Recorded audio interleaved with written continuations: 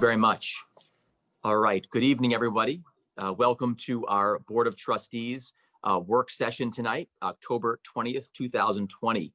As usual, we will begin with our Pledge of Allegiance, so please stand for the pledge.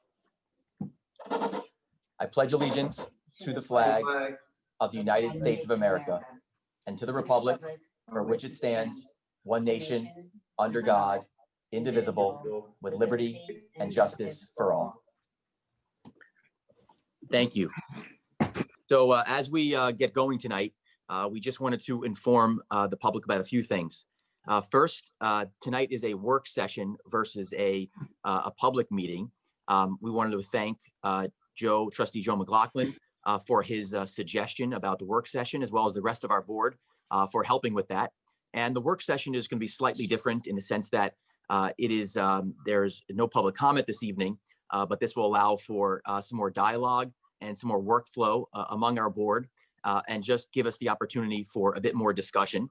And in addition, it will allow us to do some more presentations, and then also have a treasurer report from our new duly appointed treasurer and village administrator, Charlene Cagle. So with that being said, we have our first board presentation tonight from Frank Fish of BFJ Planning. So Kat, I believe Frank is standing by and is ready for his presentation. He may need some screen sharing as well, but we'll leave that up for Frank. Mayor, is that Noah Levine? I'm sorry? Noah Levine, I don't see a Frank. Yes, Noah is part of BFJ Okay. Planning. Noah Levine will be rejoining the webinar as a panelist.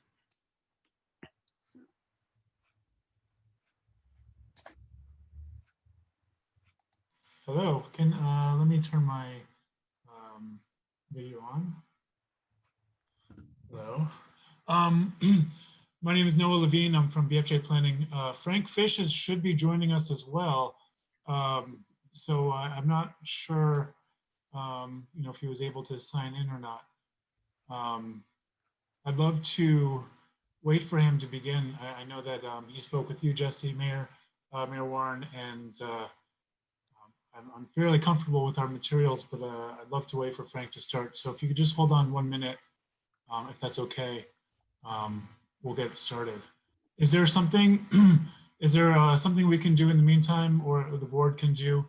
Jesse, do you want me to, Jesse, would you like me to skip and do the presentation? I think that's a good idea. Okay, we'll go to the treasurer's report. We can move with our treasurer report. We are looking forward to Frank Fish. I know some people watching tonight are also looking forward. So next up for our board presentation is a treasurer report. And this is something that we're going to do every month with our new treasurer. And what this is not only is it going to update our board of trustees about the financial progress of the village, but it's also going to give the public an opportunity to kind of have a little bit more insight and oversight into village finances. And we're happy to hear the report. And as many of us know, that basically gaining more fiscal insight, having some control over our budgetary items, making sure that we keep our taxes as low as possible. This is part of what we'd like to accomplish. And so we'll turn it over to Charlene for her treasurer's report. Okay, thank you, everyone. I wanted to, I distributed a hard copy of the report. I plan on preparing a budget report every month, I'm sorry, during our work session. Just as an overview for our operations to date, as of September 30th, total tax collections, our tax levy of the $25,587,201 collections to date have been $24,475,038.61. Penalties collected $106,359.47. Budgeted revenues to date, we had budgeted revenues including taxes to be $32,465,063, and we've received $26,812,361. You'll notice that we received most of our revenue in the front end of the year, and that's basically due to the tax collections. We do send out our bills in the beginning of the year. Taxes are due July 1st.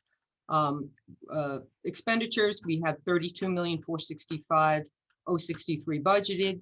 So far this year, we have expensed and encumbered in open purchase orders 9,123,262. Other items addressed, our audit is underway. The external auditors arrived on scene last week, so they are working on our fiscal year end May 31st, 2020 financial statements and helping us to get our audited financial statements issued, hopefully by the end of the year. We have now posted onto our website the 5 years of audited financial statements. You can find them in the budget and financial report section on our village website. We have reinstituted department head meetings. We were either going to have them monthly or quarterly, depending upon whatever needs arise. The first meeting is scheduled for November 5th at 9 a.m. And I plan to rotate through any of the trustees. We'll have to, be in observance of the open meetings law. But of course, we can have 2 trustees and 2 of the board of trustees members attend those meetings. LoSAP retirement. There's a resolution on this evening for the LoSAP, which is the pension retirement system for our firefighters and volunteer firefighters and ambulance members. There was a report that was due May 1st of 2020. We actually have the reports. Everything was posted at the volunteer stations, but this basically is an annual report of the service credit. They receive a small pension based upon the amount of calls that they respond to. And so that report is delinquent. So there's a resolution tonight approving that, so I could submit that to our administrator. We also received a notification from the state comptroller's office that we did not file the constitutional tax filing limit that was due 30 days after we adopted the budget. They have now provided me with my own login, so that will be filed this week. The procurement policy, I think we have to update that. I'm going to be working with the clerk, with Deputy Clerk Kathy Sweeney on getting that updated. We're getting some, some of the language in there updated to current general municipal law. I think all the board of trustees received an email from me regarding retirement calendars. We have to fill out a 3-month retirement calendar at the beginning of every term. So we'll be having to send that out. That I don't believe it was done for 2019. So the entire board's going to have to get that up and running, and I will help you with completing that filing requirement. And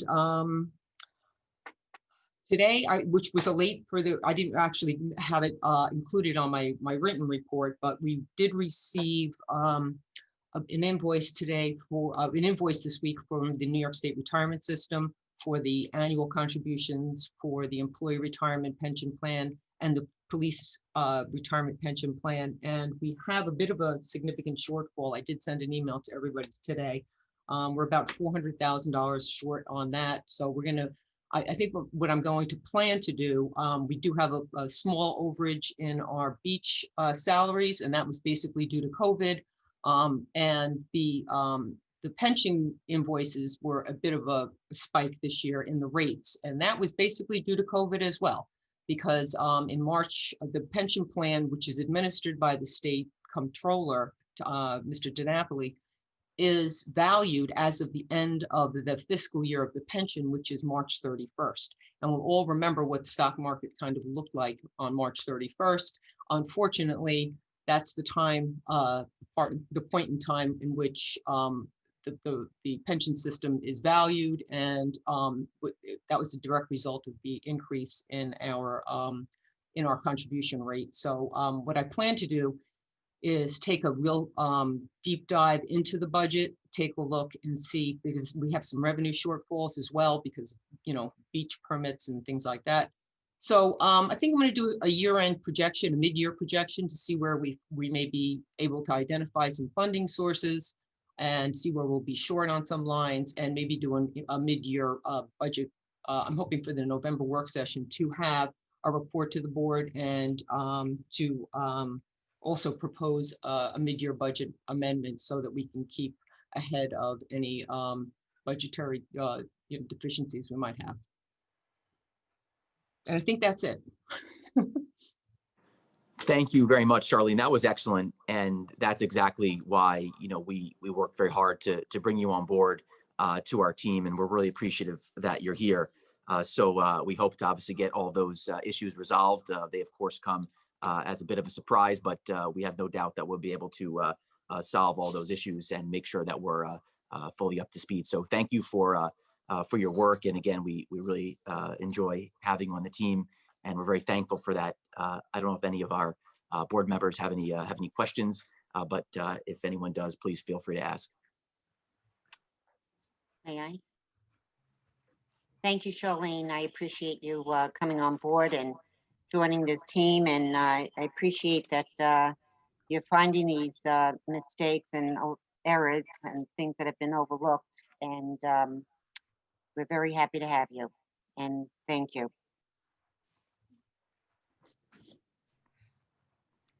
Not sure if there's any other comments from the board. Mr. Mayor. Yes, Trustee Polaro. Good to see you tonight. You as well. Charlene, just a quick question on the shortfall. Am I to understand that because the valuation of the stock market was down so low, we're having to make up then additional added income or, contributions because of the value of what the stock market was? And if the stock market was higher, then we would have been in line with what we had projected? Exactly. And what happens is, and of course, the plan assets have recovered since then. So next year we'll probably have a small leveled out or a much less. I'm sure we're not going to have. It'll adjust itself next year. Just that this year, unfortunately, that is the snapshot. Exactly. The plan assets are valued that day. Exactly. So I mean, it's just that there was unfortunate circumstances that was, that our budget officer had included, that then the market collapse and that increases what our contributions were necessary. So thank you for that clarification. Really appreciate it. Mm-hmm. So you do see some correction? Yes. Yeah.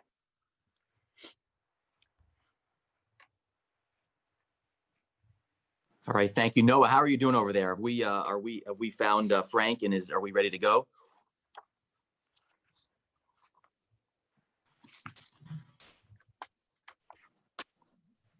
Okay, can you hear me? Yes, I don't believe your video is on. Just bear with me 1 second. What was happening was the camera was this way and my face is always to the side. So no. I'm going to mute myself.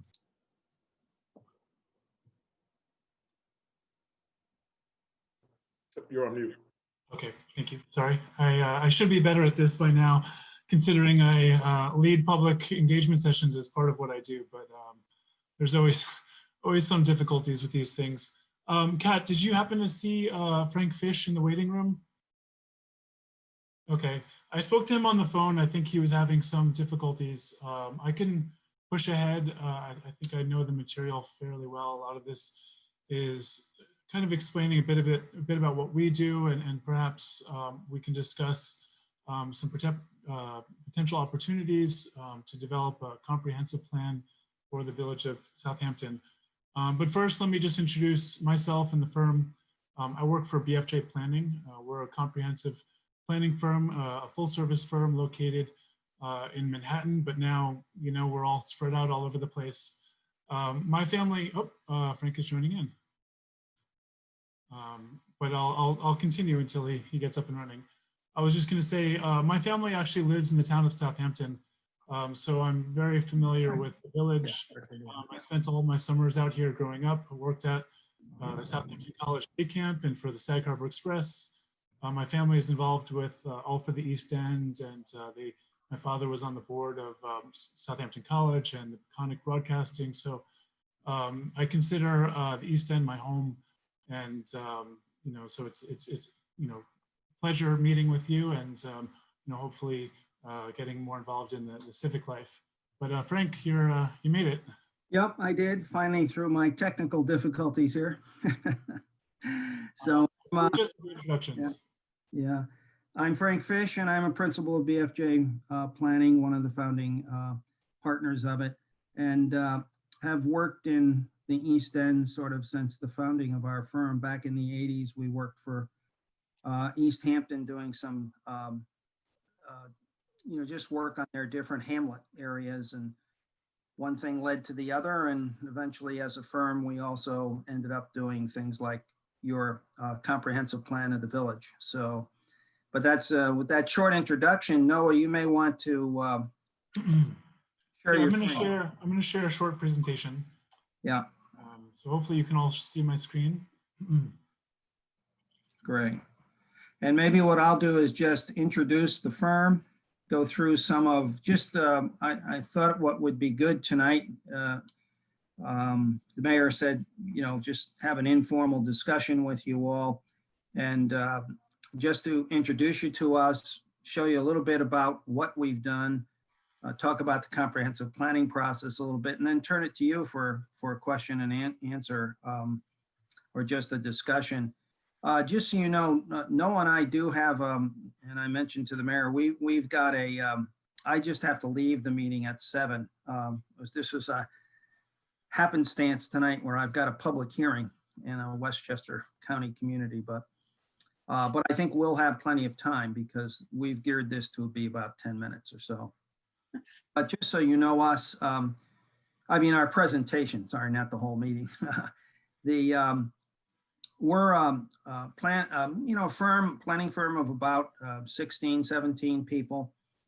We have these 5 practice areas, which we've developed over time, representing a number of municipalities. And Noah and I are primarily in the planning grouping of it. We have a small urban design group. We also have an environmental group. We do a lot of EAF, EIS work in New York State. Then we have a real estate group, a small group. It's also a WBE. It's an affiliated firm that we have that shares space with us. And then the J of BFJ is George Jacquemart, and he heads up our transportation. We found doing a comprehensive plan, these things are very useful to us. It's not just the planning and zoning. Sometimes urban design is helpful. Getting through the environmental seeker reviews is important. And sometimes just having a good sense of the real estate market and overview can be very helpful. And of course, transportation planning is always a component of a comprehensive plan. So those are our practice areas. We've done, this next slide shows quite a bit of the municipal work we've done in New York. We work in 3 states. We've probably done in New York State, I would think, probably 25 or 30 comprehensive plans over the years. We've just listed a few here so you get a sense of where we've been working, both in Long Island and Westchester and the Mid-Hudson around New York City. And we do work in Connecticut and also in New Jersey. I just wanted to show you this. It goes back a ways. My partner, Paul Buckhurst, worked on this originally, and we were very happy to do it. It led to some other follow-up work, the village master plan. We were asked to come back into the village to just have comments on, which I think this next slide shows, on an architect's work, Stan Exted. This goes back when they were an independent firm, Aaron Krantz, Exted and Kunn Architects. And we just check these designs just in terms of zoning, heights, coverage, things like that, looking at the zoning and architectural guidelines. This also led to other work, which we did in the town. The next slide, no, I think gives us a little bit of a flavor. In the town, we also worked on floor area ratios, residential FARs for the town. It was when a very large house, after a very large house had been built in the town, and they wanted to get a better handle on house size. So we worked there in the town. And also we recently did a little market study for them on Montauk Highway in terms of their own town master plan. The other things just to mention around you, we have done work in the past for Southampton Hospital. As you know, they were looking at alternative, they were looking at different sites for hospital expansion. We looked at several of those for them. And then in Sag Harbor did two pieces of work. The large piece of work that we headed up was a look at their retail components in Sag Harbor. They had wanted to control a little bit chain stores, national chains and sizes. And then also my partner, Jacques Mar, who's our transportation partner, assisted in the design of this roundabout, which some of you probably familiar with in Sag Harbor. As well as the East End, we've done a number of corridor studies. Here you see some of them. Actually, 25A, we've done little hamlet studies throughout Suffolk County on 25A, from Mount Sinai through Wading River, and then Stony Brook area. So we've gotten a good feel, I think, for the area and the whole East End area. Noah, the next one just gives some other work. Here, we're currently about to have a public hearing actually in Bayport on a zoning study we've done for them, again on Montauk Highway, and then on a little industrial area to the north and an older historic area to the south here. So that's coming up next month. We also did design guidelines, urban design, and zoning in Port Washington, and then also in Melville, Route 110 corridor. We did a mixed use study. The problem there is, although this corridor is doing pretty well, they felt it needed to be more mixed use, and we provided a plan to do that for the town of Huntington. And then Noah, this next one, I just wanted to mention very briefly, just to leave Long Island for a moment. We've done a lot of work in Greenwich, Connecticut, both on their neighborhood plans and on their zoning code. I just wanted to pick a few other areas outside of Long Island that might have some similar characteristics to you. Another was, this next slide will show Scarsdale. We did Scarsdale's comprehensive plan, but also recently we did a whole visioning study for their train station area.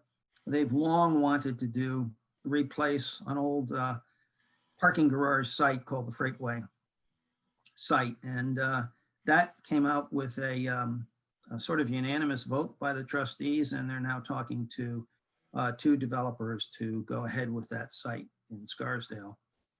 And then the next, I just wanted to end with a couple of things. Cold Spring Harbor, and just to mention SEEKR, the State Environmental Quality Review Act. We've worked with Cold Spring Harbor Labs for about 15 years. We did their original EIS for their expansion and modernization of their site, and then recently came back in on a new plan and also did their SEEKR work for that. So when it comes to that, if you were finish a comprehensive plan, you have to comply with the State Environmental Quality Review Act. We're pretty experienced in that. And then these next slide, Garden City. We've done a lot of work there over the years, from urban design through SEEKR work, Delphi University's expansion on behalf of Garden City, and then zoning work, several different zoning sites in Garden City. So I'm hoping that, and Noah, you can go to the next slide. I'm hoping that this gives you all some sense of us, just us as a firm, where we've been working, sort of what we've been doing.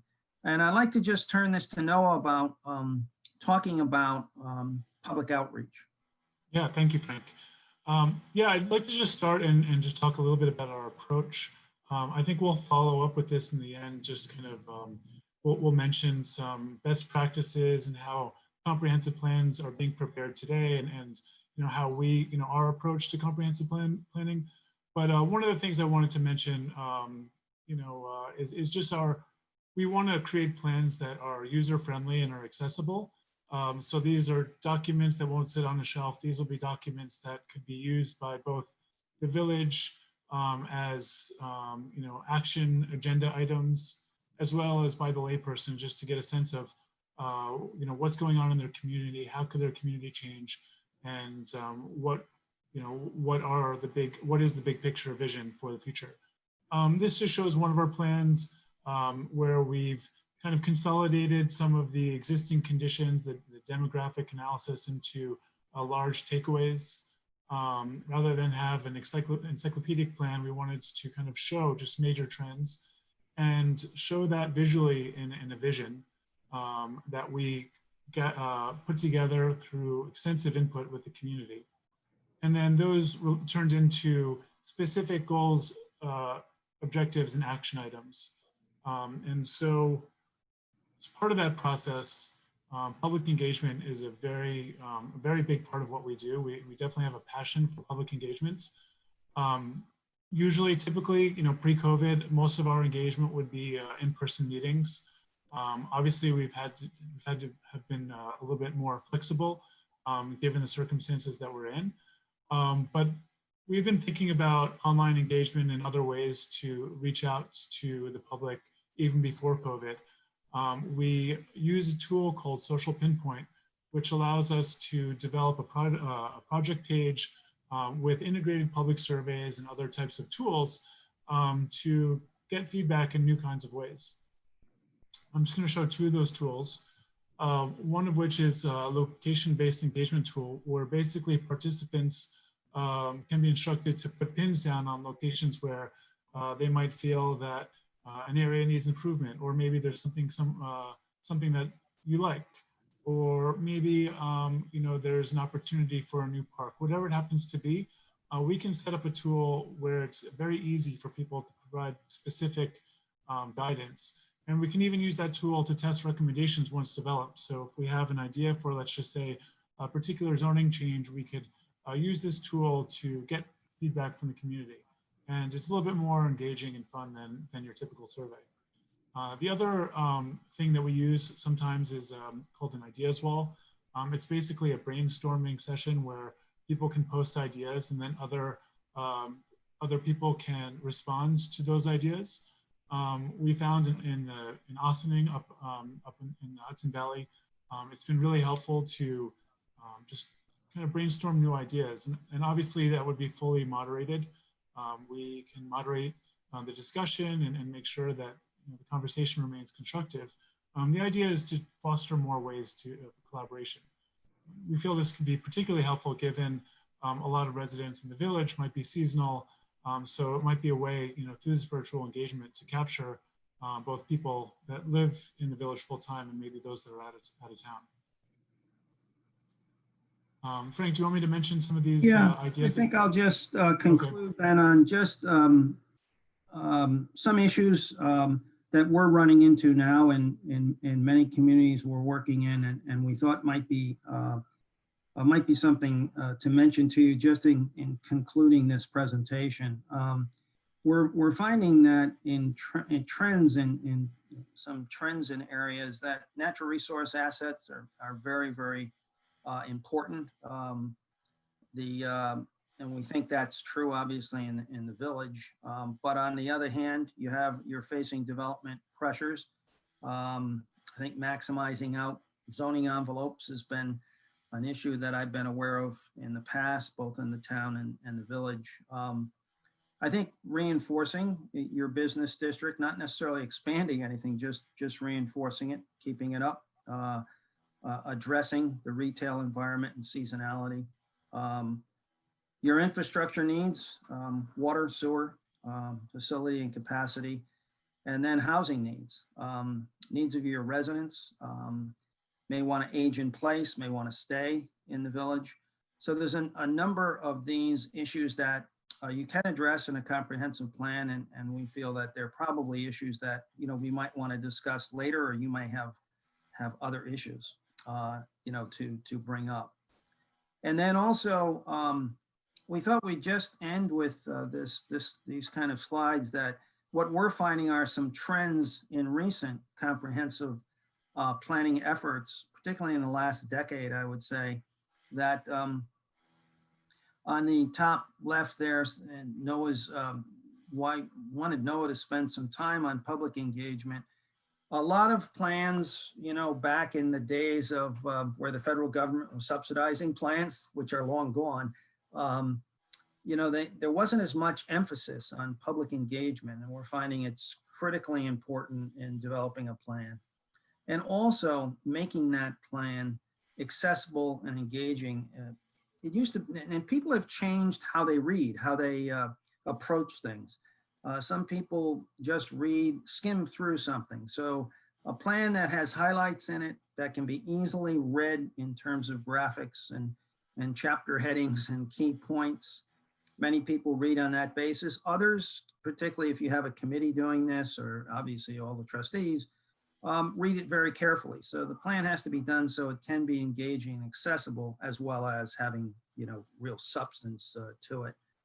I think I don't have to say this, in the last decade also, the idea of sustainability, environmental sustainability and resilience has become very important in much of our work. I remember when we did the Mamaroneck Master Plan also, that our representative from the village of Mamaroneck in Westchester County in the state legislature introduced a bill. So this is going to date me a little bit.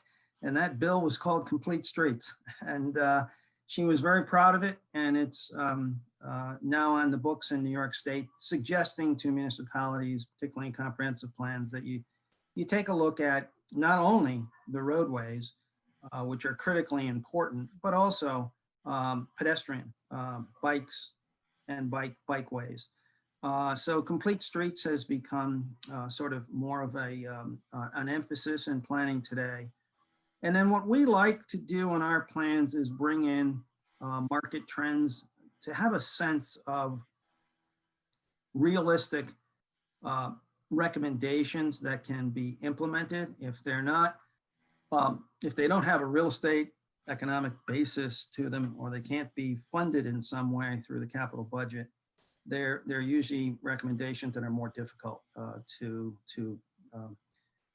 just implement. And then Noah talked about some of the new tools and data that we have in terms of accessing things online.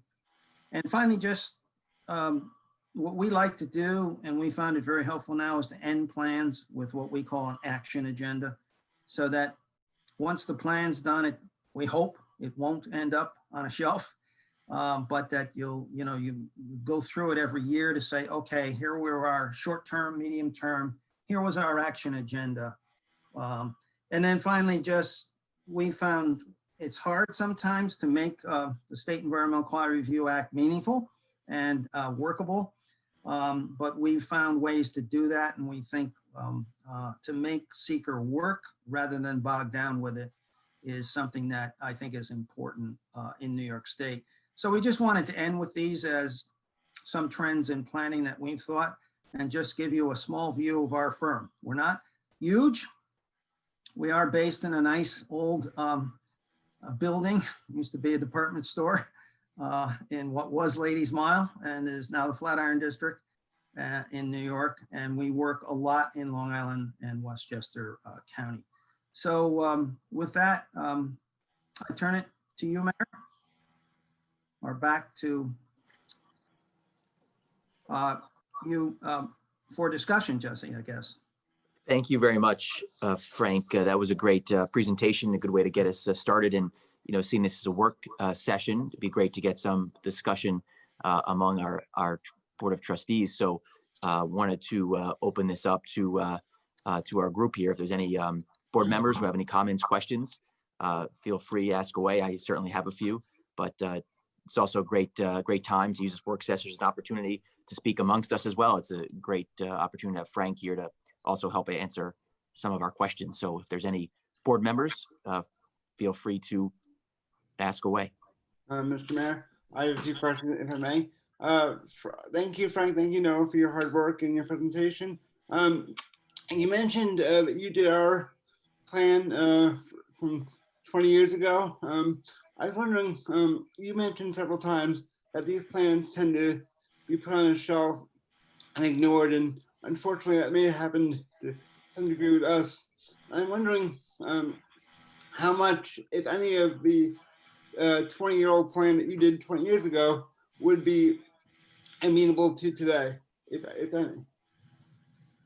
I think there's still, I must admit, I flipped through it today, but didn't reread it thoroughly. But I think the basic thing that comes out in my mind is the basic land use categories and the future land use in that plan did set the stage for the future in Southampton. You haven't made, I don't think, too many different basic zoning decisions that stray too much from that plan that I can think of. I'm not saying you haven't made changes, you have, but I think the underlying land use characteristics of the plan have remained in place. And by the way, I'm not saying that they should always remain in place. There may be reasons to change. For instance, a hospital leaves the village, or, there's an expansion on the state suggests some expansion of a roadway or the county. So you need to adapt to new circumstances in a plan. But I do think that basic plan laid out a basic framework for the village. Okay, great. Frank and Noah, thank you. I guess maybe this is pointed to both of you, but maybe Noah, you can answer since you have familiarity with the village. You've been out here for many years, but what do you see as some of the strengths of our village? And what do you feel that you would want to zero in on? And since you've been here so long, you probably have a pretty good insight to that. And then after that, either of you, hurdles. What are the hurdles that we're going to be facing based on the size of our village? And we talked about with the more people that we have out here now, and with traffic and all the other things that come into play when you guys put together a comprehensive plan. Sure. I mean, I remember the village very fondly as a kid, going to the movie theater, going to the pizza restaurant next to the theater. And there really, it felt like there was a nice kind of walkable downtown charm to the village. There are parks nearby. It really has a lot of the qualities that you look for in a downtown area. So I think that there are a lot of strengths to build upon. Having, the beaches obviously is a tremendous asset. But I think later on in life, I started to spend more time out there and you kind of see the village throughout the seasons. And it's interesting to get a sense now for the full-time community and how the downtown area and the surrounding areas are utilized. And I think one of the hurdles is kind of looking to maintain that vibrancy in the kind of village center, perhaps in similar ways. I know in Sag Harbor, they seems to be busy throughout the year. So just, kind of maintaining some of that vitality. And I think also working with, local residents and schools and bringing them in a little bit closer to kind of the public life, and having more kind of events in the village center. But I guess another, that's one hurdle that I see. Another consideration is just the community. We see the population is generally aging, and thinking about how to provide for residents that may want to age in place, that perhaps don't need a large single family home, but want to stay within the community. How do you provide for those residents? I see that as something that the comprehensive plan might want to consider. Frank, do you have anything to add to that? No, I think from, again, from what we're seeing now in a lot of villages, and it may, I think it probably is affecting your village to some extent, is the idea of shopping online, the impact of an Amazon. Scarsdale told us that they had recently, when we were working there, a 10% vacancy rate in their downtown. And that was kind of an eye opener to me. So the idea of being able to keep that vibrancy downtown and to keep a mixture of uses and to keep things that attract people. We ran into that also in New Canaan. We did a market study of their downtown, and we did surveys trying to determine what attracts people, what do they want in the downtown, what do they see in the downtown that's an asset for them, what attracts them and keeps them coming back. So I think the effect of Amazon is, I don't mean Amazon, just Amazon, but shopping online. It can't replace, I think, obviously, and hopefully it never does, beautiful downtowns as you have, but it can affect them.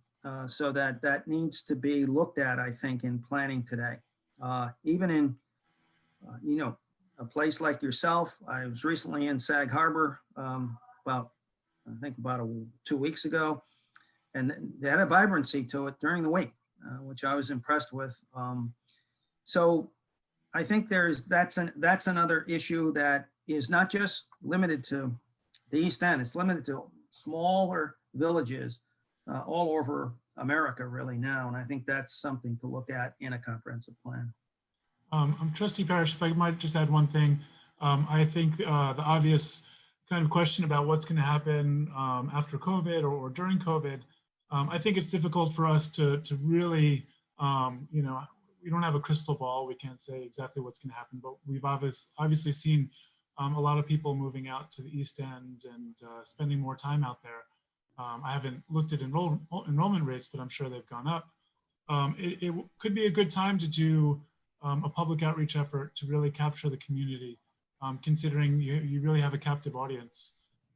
It's just a thought that there are times that are obviously you have this kind of major event, but maybe the village could see it as an opportunity to kind of get people involved in civic life and what's going on. No, Totally agree with you on that, Noah, because I wish I had a crystal ball, and I think everybody in this whole nation and world wish they had a crystal ball right now, to be honest with you. Yeah. But with that, and you brought up a good point, because we are seeing a lot of vibrancy here. Since we got this pandemic thrown at us back in March, we've had to, adapt, pivot on all these other great sayings that we now come used to. But more importantly, what we've seen people move out, seem to grasp what makes this village so special, which is the character, which is the fabric of it, and all these things that people are yearning for right now. In this pandemic, we've seen a lot of people come back to a stronger base of family and well-being. So there's a side of that is fantastic, but then there'll be people that will say, well, look, this has gotten too much, and what are we trying to do? We're trying to attract more people, and then we're going to have more roads that are clogged, and then we're going to have more X, Y's, and Z's. So it's a delicate thing, and this has put us in a position, like you exactly said, to start changing the way we look at things. And we don't know what's going to happen, but we assume that we will be more vibrant for a while, and maybe this is a trend that is going to continue as people start to rethink the way that they want to live. So I appreciate the way that you were looking at that, Noah. And Frank, thanks for the feedback. Good. Noah, you mentioned seniors and how seniors would like to stay in place to live out the rest of their days. And we have another issue here, keeping our youth here because they're leaving. They're not staying here because of lack of things to do and lack of places to go. And I find that to be a very big issue. So along with the seniors, and that's what I heard from most of the people that live here. That's a very big concern for the people that live here. Sorry. Go ahead, Noah. I was just going to say it's a very good point about kids. I think that's something that is Mhm. being experienced throughout Long Island. Mhm. But I'm sure as the further you go out, there are fewer things to do for kids. Yes. One thing I might suggest, if the village wanted to do a comprehensive plan, is engaging students in the process. Mhm. Too often, particularly with in-person meetings, you get a lot of people who are already civically engaged, people who are the kind of likely faces that show up at the meetings. But we'd like to do focus group meetings, sometimes with property owners, with merchants, but also it might be a good idea to reach out to the students, perhaps through student council. I'm sure there might be some kind of student representatives that this could be a good opportunity to learn what they want and perhaps get them more civically engaged moving forward. And the young adults. And the young adults, right? Young adults, college, and those that have recently graduated college. Most often, most of them, they don't come back anymore. So because of lack of things to do. Yeah, we do find that in a lot of villages that it's your young adults graduating from college who, they've come back in their college years on vacations, but then in terms of getting their first job, they're looking at the city or they're looking at, other cities. So it's a continual effort. But this is a great time to capture that specific group, because so many people are working from home, and I would much rather be out here and be able to walk and ride a bike, and rather than being in the city. And that's why so many people are residing in their second homes now, rather than going back to the city.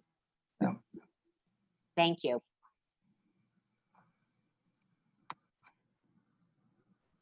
Trustee Plower, I don't know if you have any questions.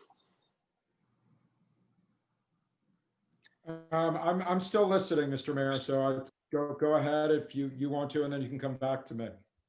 All right, thank you very much, Frank. I have a couple thoughts and questions here. So, one thing that our board did, which I thought was a very good thing, is that we opened up our streets for pedestrian only experiences. And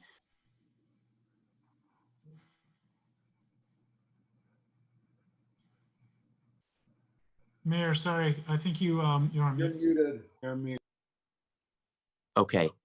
There we go.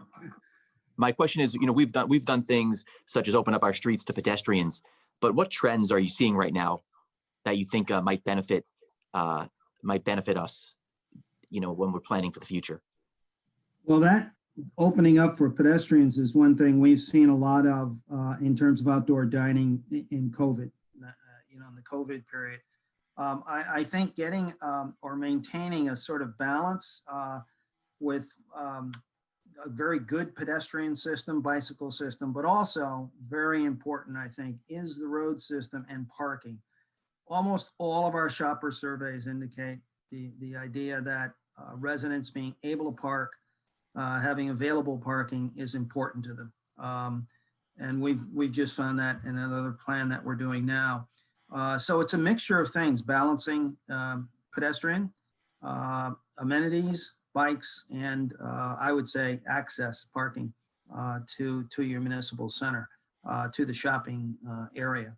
It's a mix, and it's trying to find that right balance. But you've got lots of examples. I was in Greenport recently.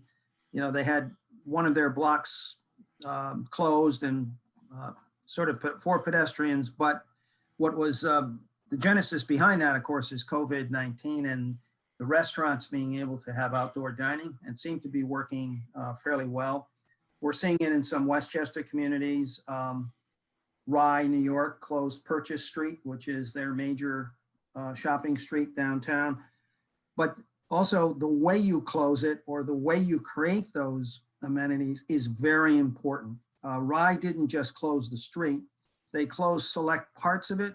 Other parts were half opened. They made sure their access to their parking areas still worked. So it was carefully done.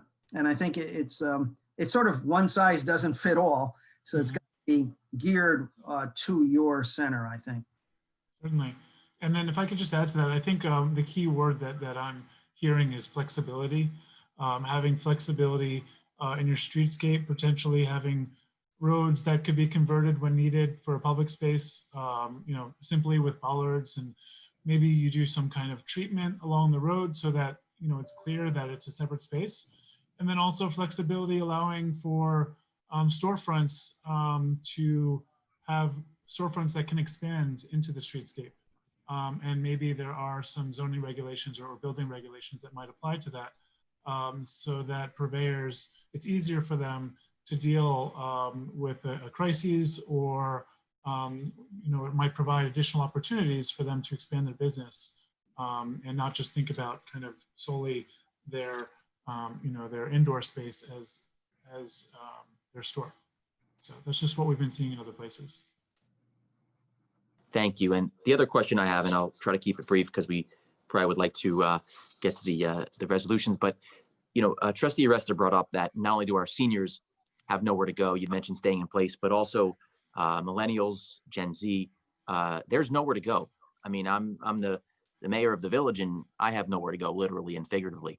So, my question for you is, what can we do zoning wise to allow, first off, maybe we've already got a number of McMansions built and they're not going away, but what can we do zoning wise to make sure that there's opportunities for our seniors, opportunities for the next generation of Southampton Village residents, and also take into account that whatever happened in the past happened, and we now have to look to the future.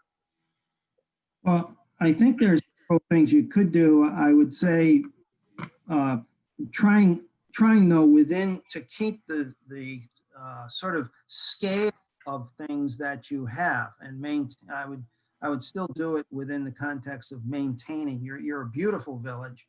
It's a beautiful older single family, 2-family scale to it, and the heights of buildings and the design of them. But within that, I think there are certain things that fit in, and I know you've looked at some of these, but the whole idea of the accessory unit, how it's handled, could be over a garage, could be in a house. It provides for the ability for an older person, for instance, to utilize that accessory unit as an income producer, or to live in it themselves.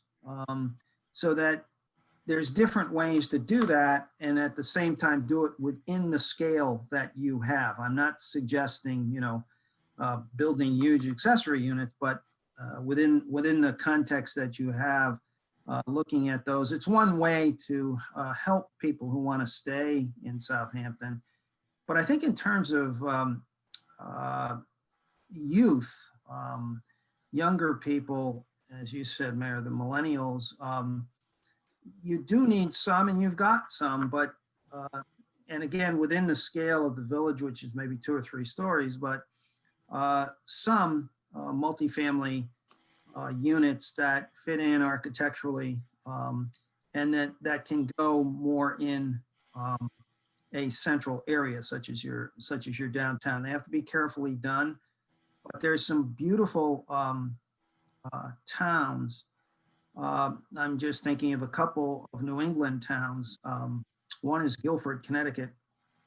They have just off their green, they converted an old industrial building into a series of, there's only 15 of them, townhomes.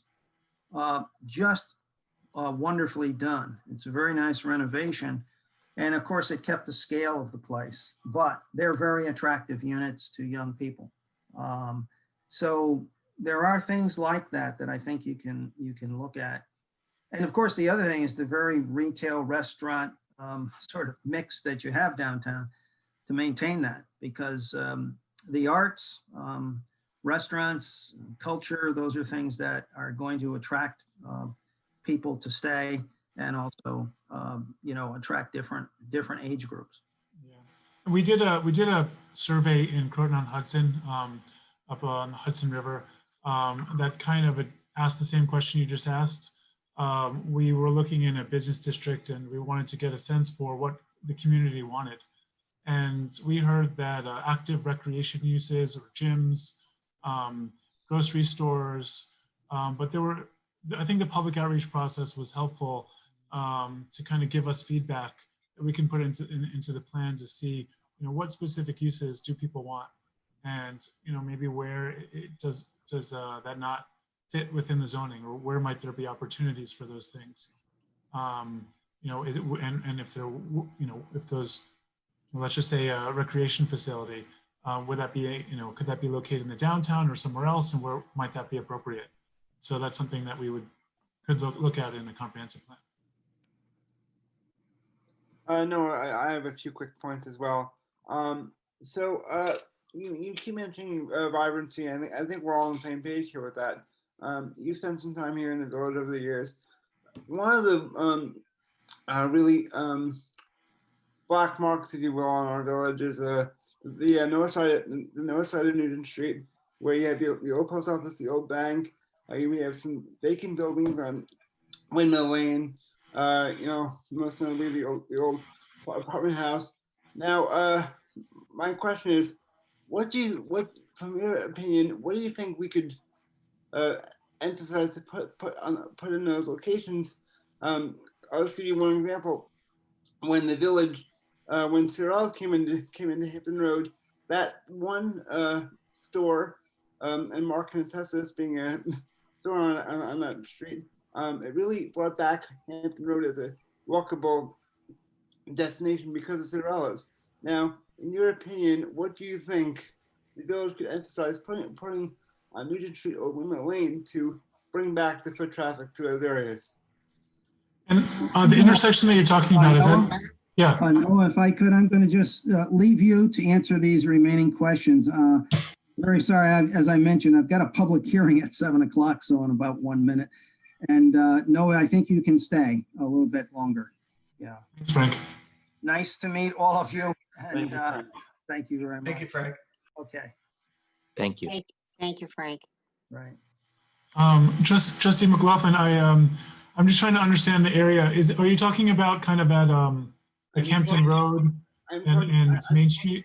The Windmill Lane, which is where Chippy's is, as well as the Nugent Street, which is where the old post office is, and Tito Lojorno. So that north side where there's a bit of a lag as to foot traffic, and architecturally it's a bit of a drag. So And you have kind of the parking area behind. yes. Yeah.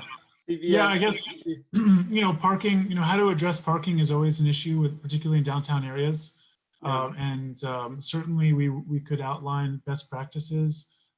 Typically what you would see, you know, for the most desirable, you know, walkable environment, you would want to have, you know, buildings or some kind of active use along the streetscape, not necessarily parking, although I will say they're landscaped fairly nicely. It's better than some communities that just have the parking that bleeds right into the sidewalk. Yes, that's true. But nevertheless, I think you kind of need to have a bit of activity. I've heard the stat that people will walk 1,000 feet for, you know, like of continuous square footage. But as soon as there's a break, I think their patience kind of wanes for, you know, for you know, retail. Wait, and I'm just saying, you know, when Cyrill's came into Hampton Road, that was the draw to revitalize that street. And well, I'm wondering what could be the draw for Nugent Street to bring the foot traffic back to that area where there's limited traffic there now. So obviously, maybe you can't answer that question, but that's something we really have to emphasize in our analysis going forward if we're going to be doing a new plan. What is there to really bring back foot traffic? Yeah, I think it's a good question. I think what we would do just process-wise would be to kind of look at the zoning, see what's allowed, and talk to property owners. A lot of what's built out will have to do with the market, you know, and sometimes it's meeting with people to see what, you know, what they're interested in doing. We would certainly try to bring, you know, the players involved to the table. But first, we'd have to kind of do an assessment of what's allowed, and just we get a feel for it. Right, of course. Yeah. Thank you very much, Noah. If our board doesn't have any additional comments or questions, we appreciate your time and we enjoyed the presentation and the discussion. We hope to be in touch with you soon. And it was really nice to have Frank here. Like I said, a number of residents had recommended him and we do have a history Trustee with Frank. Pilar wants to speak, I believe. All right, Trustee Pilaro. Thank you, Mr. Mayor. Thank you, Noah, and thank you, Frank, as well, even though you'll hear about it, maybe see it later. No, it seems like a lot of what you've discussed, well, first of all, I mean, you're in the process of applying to relook at the master plan, correct? No, from my understanding, we've just been approached to kind of discuss the benefits of the comprehensive plan, what's been done in the past, the services that we provide. But from my understanding, the village hasn't kind of advanced anything further than that. But Mayor, correct me if I'm wrong. Okay, so you're in the applying phase to try and work on, I guess, work on revamping whatever comprehensive plan we have. Actually, I would say we're not even that far yet. This is okay. merely a discussion. So all your advice tonight is free, and we can say thank you. You're welcome. No, but it seems like a lot of what you and Frank discussed a little was kind of a COVID, post-COVID world. We are in something right now that has, shaken a lot of villages, a lot of towns, a lot of cities right to its core, and what it can do to help and be vibrant. Mr. Trustee Parrish said that, we have been vibrant. We have seen a lot more people out here. We have seen our shops fill up. We have seen a lot more experiences being put on in this village.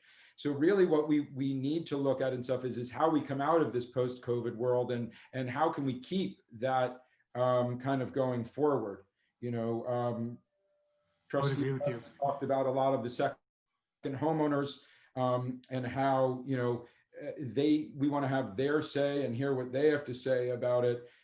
Trustee McLaughlin was talking about Citarella and how that was such a big part for making Hampton Road. I think there are a lot of things on Hampton Road that continued, but Citarella definitely, brought people in there. So how do you look about, you also then talked about the flexibility, which I think that this village has really been able to show in some of the things that we have done, and with road closures, and we're still continuing to try and do it. Where does the COVID, post-COVID work for you, or end for you, or how does that kind of fit into it for you? Because it's going to be two very different things that need to be looked at. That's a good question. I mean, our plans typically have a time frame. Usually we do a plan, between 8 and 12 months. Hopefully, we will be in a much better place in 8 to 12 months than we are now. And we can start to, think about how we come out of that.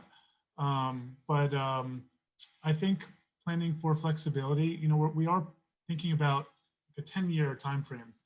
So a lot of our assumptions are going to be, I think, based on the fact that things will normalize to some degree, and hopefully, the village can capture, as you said, some of the people who have moved out there. But I imagine at some point in time, there will be, people will start to move back to the city as things start to normalize. So it's hard to see that kind of curve continuing. But we are looking at a 10-year plan. Comprehensive planning documents, it's not a mandate. Basically, it's a blueprint for what the village can do. And there'll be short-term, medium, and long-term best practices. Ultimately, it'll be in your hands once the plan is done to implement some of those ideas. Perhaps continue the engagement process if that's something that the village would want to do. Maybe we would identify other areas that might need further analysis. I can't think of any offhand, but that certainly happens from time to time. And so it's not necessarily a kind of we're done, everything's fixed. It really is just as I said, a guiding document for the village. And I mean, and you worked on our last one, correct? Not me personally, but but yes. Yes, you would have been in kindergarten probably. No, college. I'm not that young, but yes. But no, I mean, I think so. I mean, so, but your firm was working on that plan. So, and so, I mean, I don't know, again, I don't know what happened there, but as you said, and as Trustee McLaughlin said, a lot a lot may have been put to the side. So, I mean, I would hope that you would hold us accountable Yes. to make sure that we are moving forward with it, so we don't see. Yeah, and what we could do is kind of provide a TikTok of what has happened for the last 20 years. Yeah. And I think that might be helpful to see what, what has changed, what hasn't, just to see how you got from there to now. And that would probably be in the kind of first order of business as part of our existing condition analysis. Okay. All right. Thank Well, you very thank you. much. Those are great questions and discussion, Trustee Polaro. So Noah, thank you very much for your time tonight, and tell Frank we say thank you as well.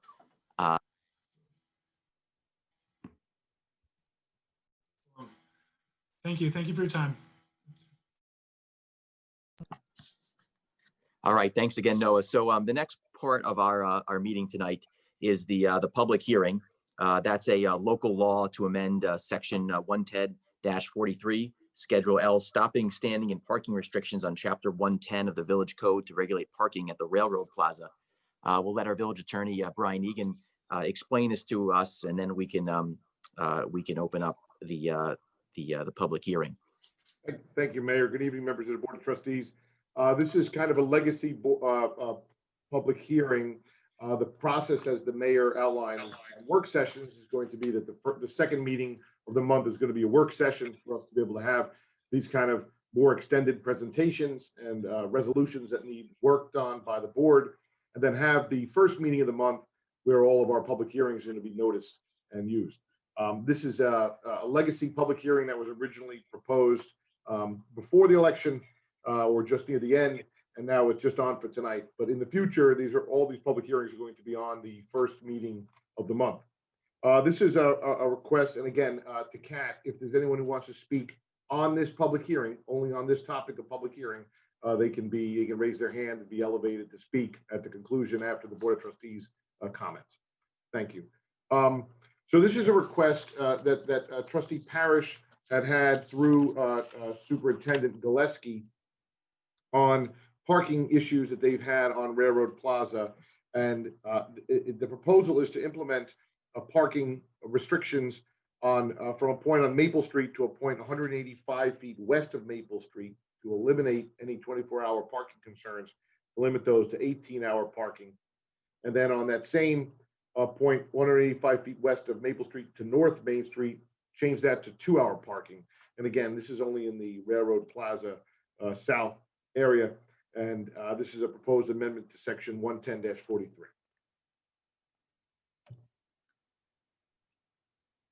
Thank you very much, Brian. So with that being said, I'd like to make a motion to open the hearing. So move. Is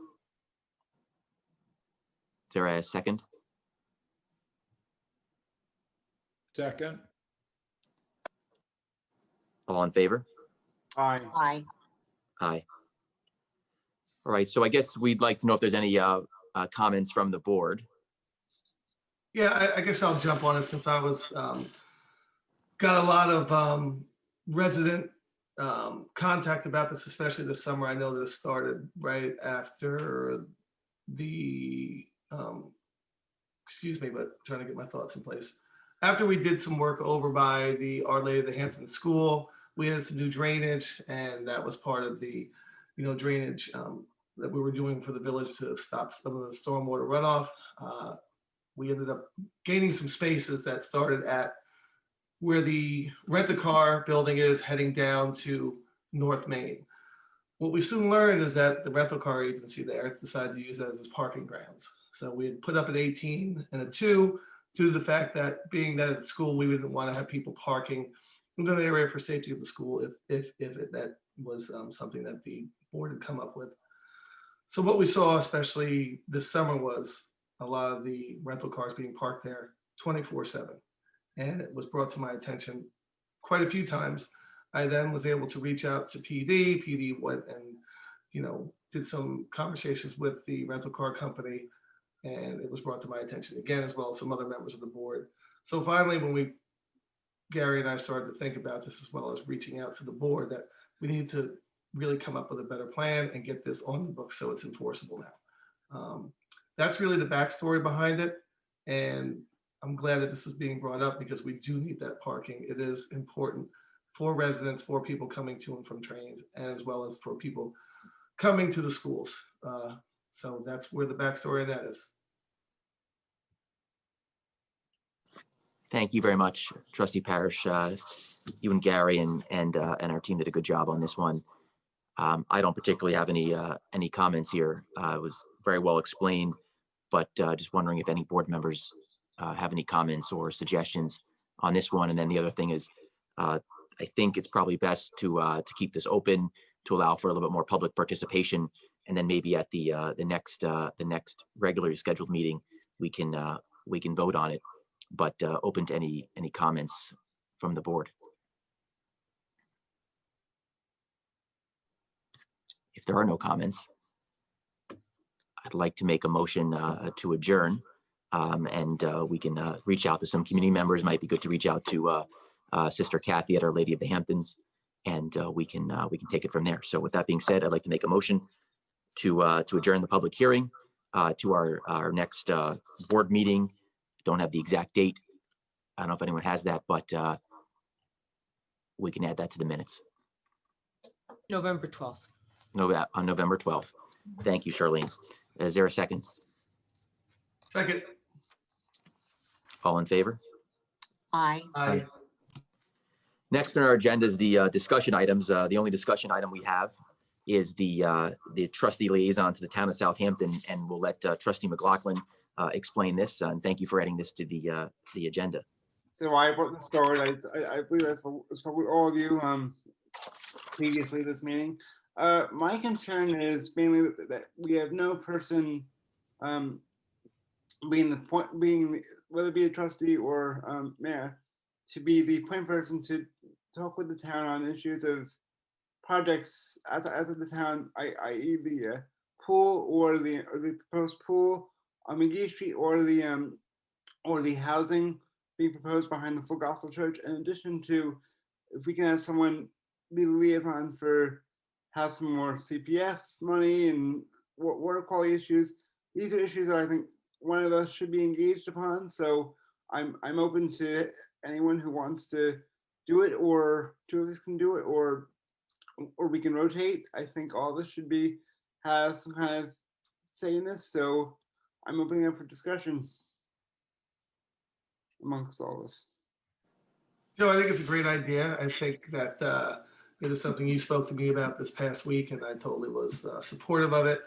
I do think it's important. I've actually had some contact with the town trustees on some beach ideas, and so I've been engaged with them as well as the DEC and the Fish and Wildlife.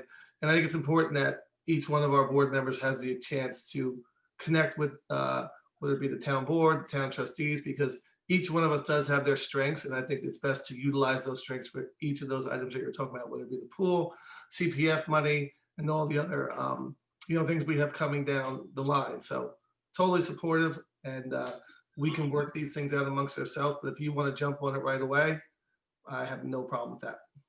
Sure. I was mainly talking about maybe having a rotation, maybe two of us at a time, just to So we should all be involved to some degree. So if we can do it on a rotation basis, I think that'd be the best way to do it. So I agree with you, Joe. It's a great idea. I think it's necessary, and I like the idea of all of us being involved with this. And rotating is great, but if you want to take the lead on this, that would be terrific. Okay, yes, it's fine. So I mean, Trustee McLaughlin, I concur. I think it's a wonderful idea. I think that we probably have, a lot of the people probably have sat in and stuff. I mean, I know, Mr. Mayor, you've sat in on a couple of meetings with the town, with Jay Schneiderman, correct, on some things that have been going on and everything. So, I mean, I know I've talked to, one of the things I'd like to discuss tonight is the CCA, because we'll need a public hearing for that. And so there are certain things that I've definitely worked on. There are, certain things. So I just want to make sure how the reporting goes when, you know, when it comes up, when we report back to everyone, is that going to be at the work sessions? Is that just, you know, in general when we're working on things, you know, and stuff? And I hope it doesn't, it doesn't curtail any one of us doing and working with other people, or, you know, within the town and within everything. So I just, you know, I think it's wonderful to have it on a rotating basis. Again, I mean, hopefully the town will like it on a rotating basis, and that they're not going to have to be, you know, telling, you know, retelling everyone whenever we do change some of the same things. So I hope that we're able to be brought up to speed on everything that is going on. So that's, you know, that's what I'd like to say. May I interrupt? We have a hand up. Gary Gillespie. Shall I bring him in? And also, I mean, one of the things also is it our department heads and is it our supervisors, and is it them that are supposed to really be doing a lot of this work? I don't know.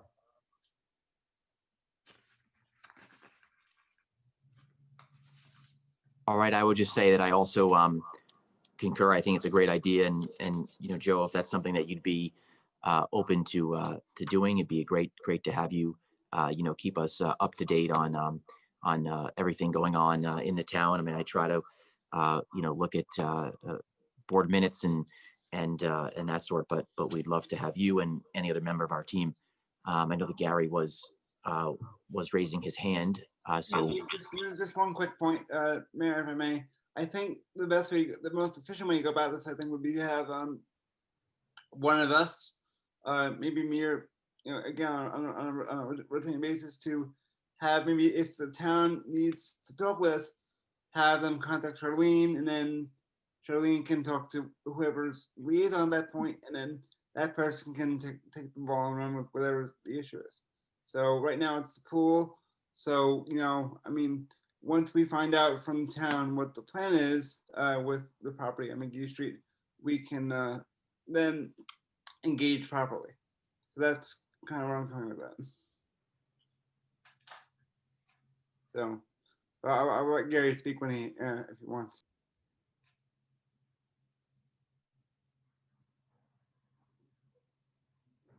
Okay, he should be in now. There he is. Hi, thank you. I'd just like to point out, it may be a good idea if you're going to do more than one trustee, that maybe you do a one-year appointment for Joe or whoever, and then you rotate in a secondary, because these projects we get with the town with CPF and ongoing language with the town trustees, things take over a year. It might be a year or two or three before projects that you dream of come to fruition. So I think having one person there that could be through the whole process would be beneficial. And then maybe a secondary trustee could rotate in now. Okay. thank you, Gary. Thank you. All right, if there's no further discussion, we can move to our suggested resolutions. Mayor, To would which, you like me to read those? sure, thank you. Okay. Resolution number 1, resolved that Suffolk County Civil Service conducted a desk audit and directed that Thomas Rowinski's position be reclassified from Maintenance Mechanic 1 to Maintenance Mechanic 3, effective October 9th, 2020. So moved. Second. All in favor? Aye. Aye. Aye.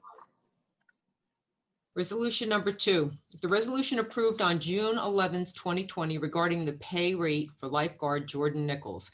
Mayor Warren makes a motion, be it resolved that the Board of Trustees amend the following rates. Charles Nichols, $12 an hour, shall be amended to read lifeguard passed his lifeguard recertification on June 20, 2020, and pay rate should read at $15 per hour.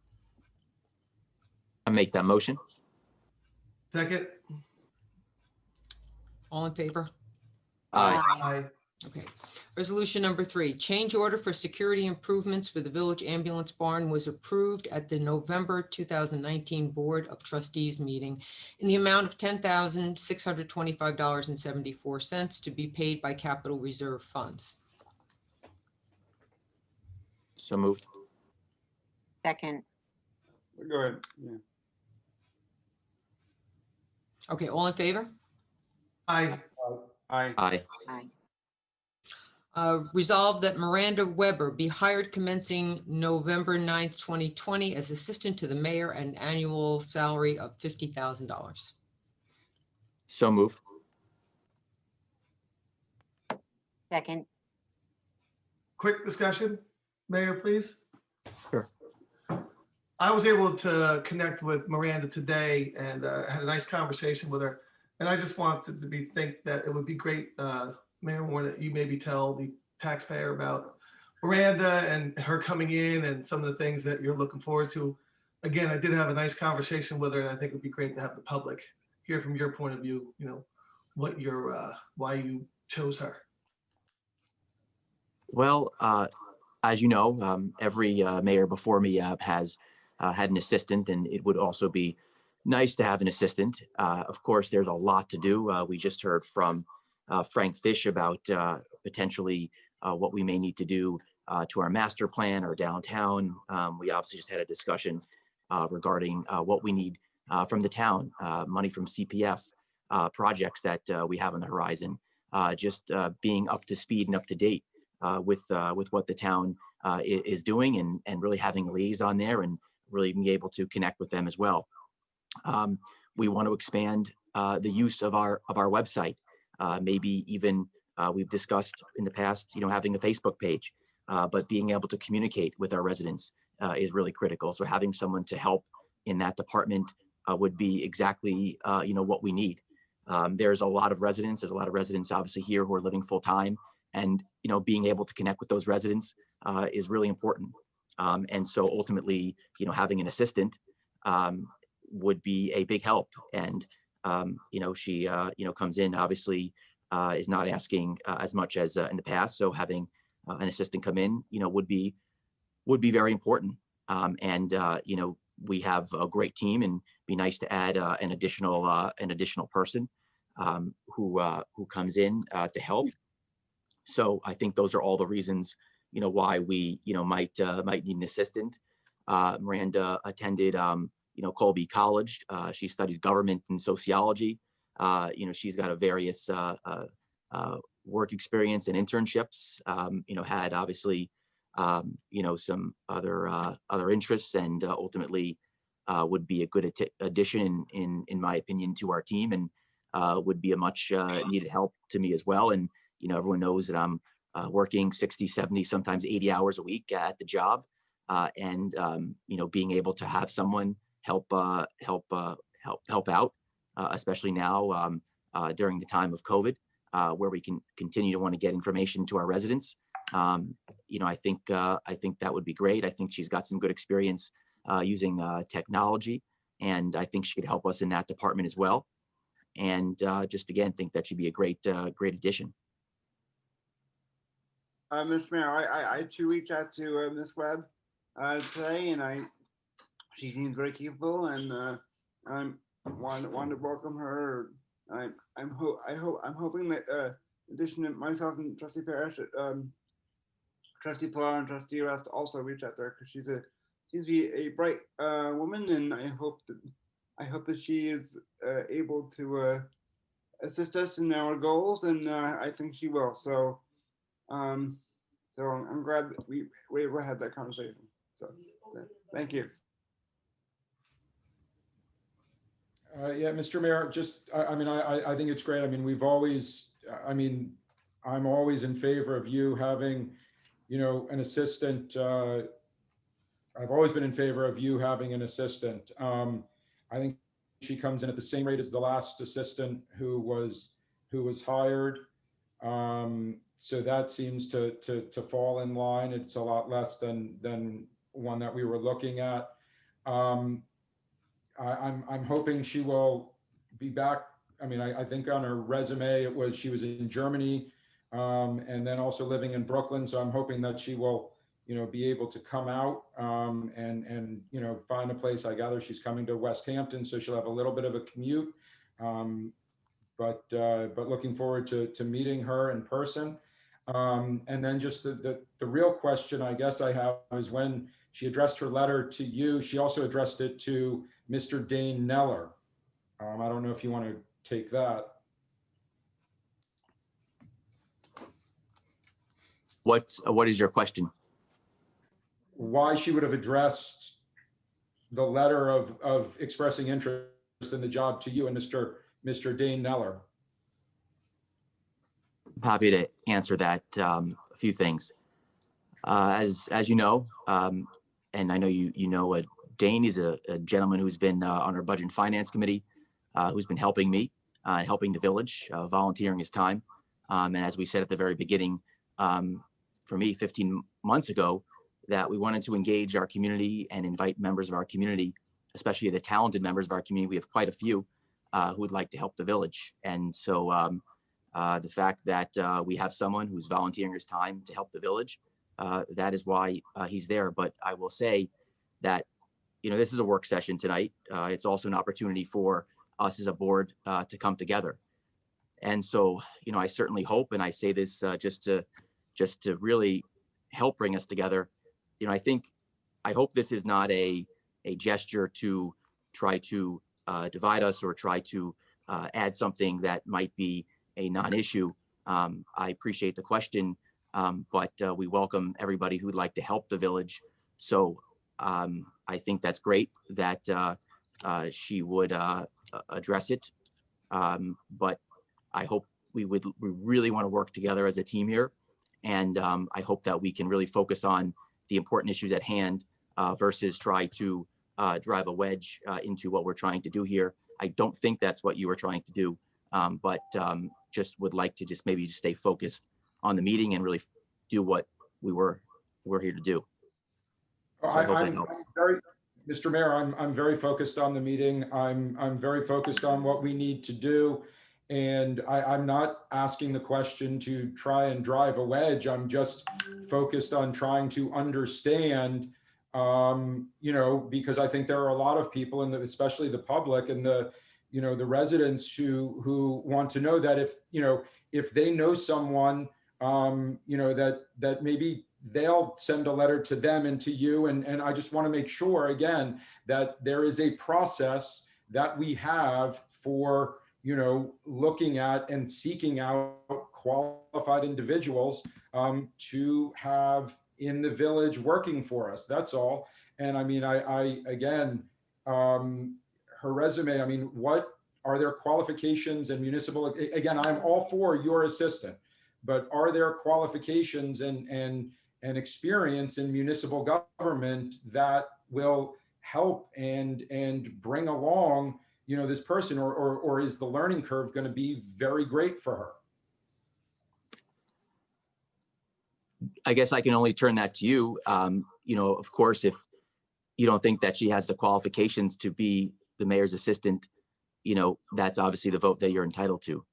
Mr. Mayor, I have always said I am for an assistant for you. What I am asking is, are there qualifications that she has and municipal experience that she has? That's all. I'm not trying to drive a wedge. I'm simply asking questions for the residents' knowledge.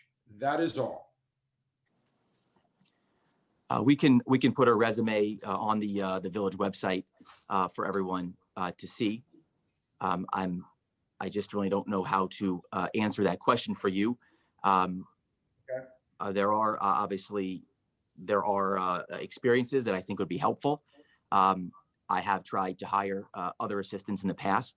They have not obviously worked out for the board, but I'm hoping that we have a new board and this board will permit the hiring of an assistant. And again, I think that this individual does have some experience in government, in fact, studied government in a really good university. But that's really all I can say here. I don't really have any other way to answer that question other than we need to get to work here, and it'd be great to have an assistant. And we're just trying to get the job done here.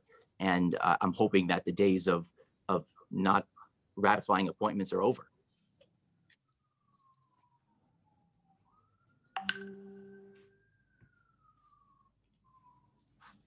are the days also then of firing people before we have a replacement over? I'm going to turn this to the other yeah. board members for comment here. I think we'd like to work together here, and that comment was really out of place, Trustee Polaro. If you looked at her resume or took the time to speak to her, you could see that she's a self-starter, she's a go-getter, and I think we should give her a chance. And if Jesse's comfortable with her hiring, I think we should support our Trustee new Aresta, elected mayor. Trustee Aresta. So with that being said, Trustee can we move Aresta, on I from believe here? I was speaking, and not only that, I am all for the hiring of her. I really don't. I just, again, I want to make sure that the public understands, and that's it. I am not doing this. This is, again, not me trying to be decisive between you and the mayor and sitting in the room together. I am not. I just am trying to show and say, I mean, I believe Amy was a very qualified assistant as well. And again, I didn't have a problem with the person who was coming in. It was the money that was being offered for that position. This is a position that, this is the same starting salary as the previous mayor's assistant came in on. I am fine with that. Again, this is one person that the mayor is going to be working closely with. I have no problem hiring this person. I'm just asking the questions so that there is a process in place. And one of the things a lot of the times, if from business, is you don't usually put yourself behind the 8 ball. As the mayor said earlier tonight, we have a lot of things to be done. We have a lot that he wants to accomplish. And I'm just wondering if he feels that he may have, jumped the gun then in starting a process that has put him somewhere. That is all. You mean jump the gun by hiring her? I don't understand what you mean by jump the gun. He hasn't had an assistant for months. And So where is he jumping the gun? The reason that he hasn't has an assistant for months is because he fired the previous assistant before he had a replacement lined up. Okay. That is plain and simple. Trustee Polaro, maybe we should not talk about personnel problems on a public forum, because I could answer that question as to why that happened. Perhaps I don't know, but I don't think we should be speaking about personnel problems. But isn't it, every mayor that comes in brings their own assistant. They hire their own assistant. And this mayor has every right to hire his own assistant. Okay, and that's all. I agree with you 100%. All right, so I think we can move forward with a vote. I appreciate everyone's comments and passion on the issue. I will say before we close this discussion that we all are trying to work together here. There's no good or bad time to say this, but obviously a lot has happened over the last 14, 15 months. We all care about the village. We have now gone through a global pandemic. We have gone through some changes. And I will tell this board right now that everything that has happened, everything that has been done, to me, is water under the bridge. We are seeing that in our country, in states, people are not working together. And something has to give, and I will give. And I will tell you, Trustee Polaro, Trustee Parrish, Trustee McLaughlin, anything that has happened in the past, to me, it doesn't matter anymore. Everybody, we have a new board. Everybody has a clean and fresh slate here. And we all do this job to try to help the village. We are all, to some extent, volunteering our time. We are all working for less than minimum wage on this job. And we need to ask ourselves, why are we here? And we are here simply because we want to help the village. We are here because we want to do right by the residents. We would like to do right by our businesses. We would like to do right by our environment. We'd like to do right by our employees. And so I hope moving forward, we will let the past go. We all have our reasons for acting a certain way. And I'm really hoping to work together. And I mean what I say, that anything in the past is gone. And I think we have a really strong team here. We saw Trustee Parrish help us with a great public hearing. We saw Trustee McLaughlin have a good discussion item. We had a great discussion with Frank Fish. We have a new treasurer. We have a new administrator. Everyone's working really great together right now. And I love seeing that. And I just want to continue that good progress moving forward. And I'm hoping everyone will do the same. And I just wanted to thank everybody. So Thank you, Mr. Mayor. Thank you. I'm hoping we can, with that being said, if there's no more discussion, all in favor? Aye. Aye. Aye. Okay, resolution number 5, resolved that the 2019 points listing for all volunteer ambulance workers of Southampton Village Ambulance, volunteer ambulance is hereby approved by the board. So moved. Second. All in favor? Aye. Aye. Okay, resolution number 6, resolved that the 2019 points listing of all volunteer fire department workers at the Southampton Fire Department is hereby approved. Second. All in favor? Aye. Aye. Aye. Okay, resolved that the internet, number 7, resolved that the internet and email policy dated October 8th, 2020 is hereby adopted and effected immediately. So moved. Second.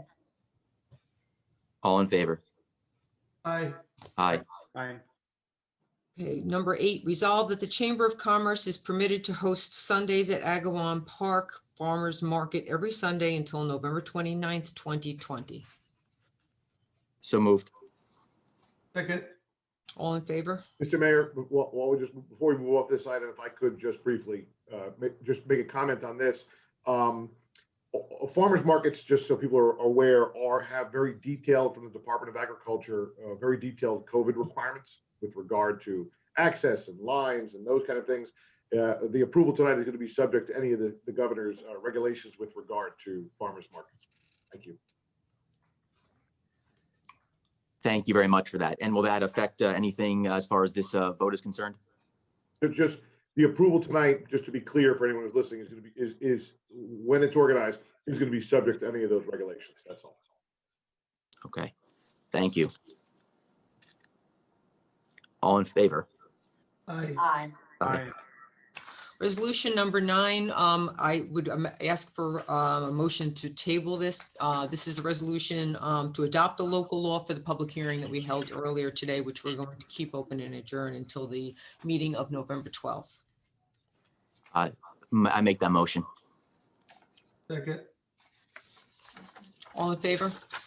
Aye. Resolution number 9 is tabled until November 12th. Resolution number 10, that the claims warrant for the warrant dated October 20th, 2020 totaling $459,791.53 warrant number A10 general fund and $178,502.98 warrant number H5 for the capital fund be audited and approved. So moved. Second. All in favor? Aye. Aye. Number 11, Mayor Warren makes a motion that be it resolved that the Board of Trustees reappoints William McCoy, Village Assessor, to a term ending June 30th, 2021. Motion. Second, Second. Second. all in favor? Aye. Aye. Aye. Number 12, resolve that the Budget and Finance Committee mission statement be amended to read as follows. Item number 12, non-committee members may only attend a committee meeting upon written consent of a majority of the committee members and in accordance with law. So moved. Second. Mr. Mayor, can I just have the village attorney explain that to the public? It was explained to me, and I think Brian would be best to handle that, to make the public aware of what this actually means and for the safety of our employees. Brian, I know Alexander's here. You can obviously take this too, but I know Alexander did some research, so it's up to you guys who wants to take it. I just wanted to. Yeah, I'm happy to do it, and I'm happy actually to say that I can always learn something as we go on, as all of us can. At first it struck me when Trustee Polaro raised that objection that we needed some more time to review that. And I want to thank Deputy Village Attorney Alexander Halsey Storch, who did provide me with the open meeting law opinions, which were crystal clear. And again, it did strike me as something that was unusual. But the Committee on Open Government, who is the official body who makes any regulations with regard to open meeting law regulations, did discuss in particular a provision just like this, where as long as a quorum of this board or the elected officials, and the examples from the Deputy Village Attorney very helpfully found, dug up in her diligence, were a Board of Educations, because it's an advisory group, not of elected officials, but also has potentially access to confidential information such as salaries and employees and retirement perspectives and other sensitive items from a monetary and personnel standpoint, that this provision is appropriate. So being that it was legal and appropriate based on the now mission to give the boundaries for that committee, I would certainly urge its approval.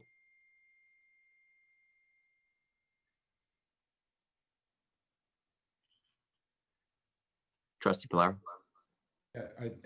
Thank you, Mr. Egan. And this was one of the reasons why I thought that at the last meeting, it would have been wonderful to table the resolution so we could look at it and get legal review. So we are not, going back and forth, and adding piecemeal to resolutions and stuff. And again, we want to talk about an efficient government. That would have been very good. It would have saved us a bunch of times. I do have a couple of questions with regards to now, just with regards to this committee, because there may be people that want to. Who will be in charge, Mr. Mayor, of letting the public know when these meetings are going to be meeting? Who will be taking the requests so that if an individual wants to sit in on those meetings, and who will then be keeping track of those requests to give them to the committee members? Trustee Polaro, my office would be happy to do that. You're happy. Your office will be doing that. Okay. Mm-hmm. And since our last meeting, has the committee met? And then I believe Trustee Aresta is the liaison. How often will she be reporting out to the board on what is going on? And when will minutes be kept and approved and given out then to the public if they want, as well as then to the board? Well, I know that they're meeting, we do have minutes that are prepared by the chair of the committee, Mr. Leonard Zananti, and he distributes them to the committee. I would defer to Brian's opinion on whether that should be available to the public. And I think it really kind of depends on what the topic is.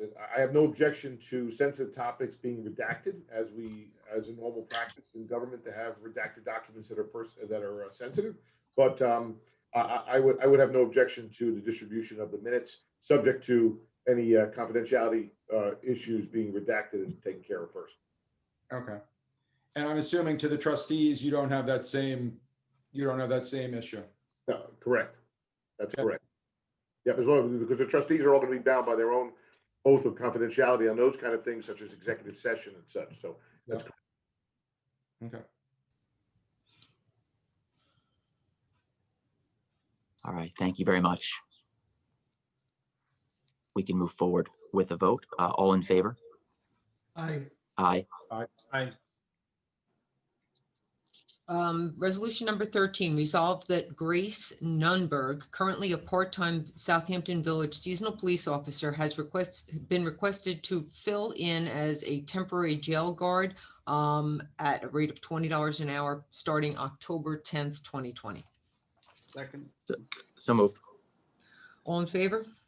Do we currently have a jail guard? Yes, we do. And what happened was the jail guard could not be on call that evening, and the chief in order to comply with, regulations, had to use another staff member. So we decided to do a resolution so that we can authorize her to work in that title. It's retroactive because she came through on this payroll, and Pat Lederman, our deputy, my deputy, pointed it out to me this morning, earlier this week. Thank you. Chief is available for questions too. Thank you. You're welcome. The next section is the mayoral appointments, but Charlene, feel free to take it from Yes, here. mayoral appointments. Number one, resolve that Holly Peterson be appointed to the Clean Water Committee for a term ending June 30th, 2021. So moved. Second. All in favor? Just Aye. a quick question. Will she be coming off the SURF committee? Or is she going to represent both, Mr. Mayor? Thoughts on that? I don't believe she'd be coming off the SURF committee, but we can always check in with her to see if she'd like to. Fine. I just wanted to know, I know that, I know the SURF committee is not in session as much right now, but I know that the clean water does a lot for us, so I'm happy to have her. And she was added at the request of the chair, and she has a little more experience, and I believe she lives a bit closer to Old Town Pond, so we wanted to also have a little bit input from residents who live in other water bodies. So the Clean Water Committee asked for her appointment, and we'd be happy to do it. All in favor? All in favor? Aye. Aye. Okay, number two, resolve that resolution number 14 from the organizational meeting held on October 1st, 2020 be amended and that the members of the Board of Ethics are appointed as follows with the following amended terms of appointment. June 30th, 2021, Mylene Michelle Guerrera. June 30th, 2022, Vincent Skurbinski. June 30th, 2023, Christian Pico. June 30th, 2024, Stephen Pfeiffer. June 30th, 2025, Teresa Melhado. Motion. Make that motion. Second. All in favor? Do we have? Aye. Is there discussion? Yeah, if I could just make a point on this, I met with the ethics committee, and I want to thank Chairman Picot for his leadership of this committee. It's a very difficult, it's a heavy committee to be on that takes their charge very serious, as they should. And I want to thank them. This was just simply amending the term to stagger them as required under the board, under the village code for the initial appointments. So when these terms ultimately end up coming off, they'll be appointed to the 5-year term as set forth under the village code. But also, are we changing the makeup of the board? Because we appointed someone at the last meeting who I don't see on this list. I don't believe so. No? Okay. Brian, there was a change. I think Andrew, didn't you ask about Linda Gesford? Was it you that asked, or? Linda Gesford being an ex-employee, and if we wanted, if we were comfortable with that, and now we've gone and we've put an employee on. So I just want to make sure that, that's been cleared, one, with our legal counsel, and two, with the ethics committee, and what they are, because I think there might be one or two people that have questions on that. Yeah, that's a good question. There is no prohibition under the village code as written now prohibiting employees or ex-employees from being members of the committee. And Mimi did participate in the ethics committee meeting at the last committee meeting. So there really was no objection from the committee itself, even to her appointment. Okay, perfect. I believe if I'm not mistaken, we did vote on it, so we can move to the next. I know those were additional questions, and I appreciate the clarification. But I think we're ready to move to the next section, given that we had completed our vote. Just wanted to confirm. So the next section, as per usual, before we adjourn our meeting, is the comments from board members. So the first comment from board members is Trustee Aresta. Thank you, Mr. Mayor. I just like to report that I've been working with Gary, our Superintendent of Public Works, and we have a getting the fall plan in place with paving and tree replacement and catch basins and all those necessary things that need to be done to keep our village beautiful. And also, I'm still meeting so many people just about every day.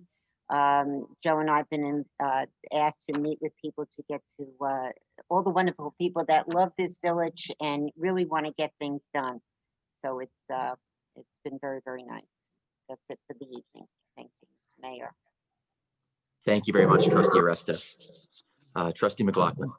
Thank you. I just want to say a few points. Number one, I met with via conference call with Gary Gillespie and Jen Messiano today, and also Charlene to discuss our grants that are in the that are upcoming. So a lot of good news there on water quality issues, and hopefully the grants will come through. I don't want to mention anything because who knows if the state or the county will run out of money. So I don't get anybody's hopes up, but hopefully they will come to fruition. And I also want to see if we can talk about looking at bringing forward a adoption of a law for accessory apartments for affordable housing. I know this is an issue that's been close to all of our hearts, and if we can adopt a similar law, if not the same law, to the town, that could be very beneficial. So if we can start that process to look into that law, maybe we can have the planning commission look into that law.